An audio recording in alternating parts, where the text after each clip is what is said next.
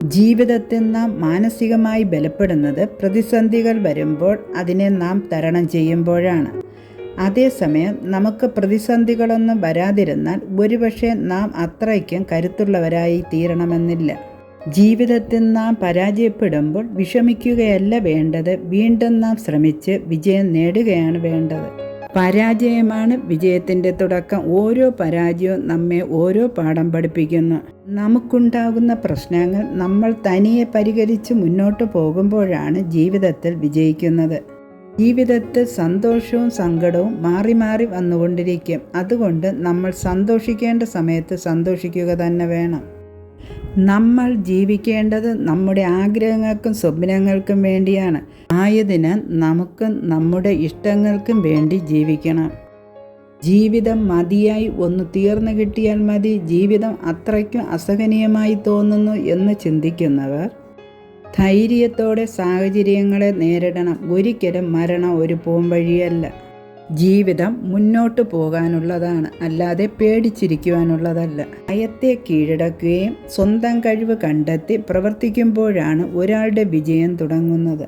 ചിലർക്ക് പലതരത്തിലുള്ള കഴിവുണ്ടായിരുന്നിട്ടും ജീവിതത്തിൽ രക്ഷപ്പെടാതിരിക്കുന്നതിന് കാരണം ലക്ഷ്യബോധം ഇല്ലായ്മയാണ്.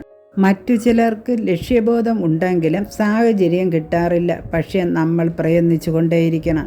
ജീവിതത്തിൽ നമ്മെ തളർത്താൻ ശ്രമിച്ചവരെ നമ്മുടെ വാക്കുകൾ കൊണ്ടല്ല, പകരം വിജയം കൊണ്ടാണ് നേരിടേണ്ടത്. എപ്പോഴും നമ്മൾ ശ്രദ്ധിക്കേണ്ട കാര്യം സഹായിച്ചവരെ മറക്കാതിരിക്കുക, വിശ്വസിച്ചവരെ വഞ്ചിക്കാതിരിക്കുക. നമുക്ക് ഒരുപാട് പേരെ സന്തോഷിപ്പിക്കുവാനോ ആശ്വസിപ്പിക്കുവാനോ കഴിയില്ലായിരിക്കും, പക്ഷേ കുറച്ച് പേരെ ദുഃഖിപ്പിക്കാതിരിക്കുവാൻ നമുക്ക് കഴിയും. അതുപോലെ നമുക്ക് പരാജയവും പരിഹാസവും ഉണ്ടാകുമ്പോൾ നമ്മൾ അതിനെ മറികടന്ന് വിജയിപ്പിക്കുക.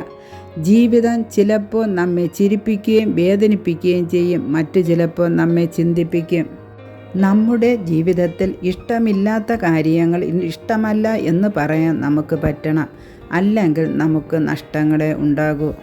നമ്മുടെ സന്തോഷത്തിൽ സന്തോഷിക്കുകയും ദുഃഖത്തിൽ ദുഃഖിക്കുകയും ചെയ്യുന്നവരെ നമ്മൾ ഒരിക്കലും കൈവിടരുത്.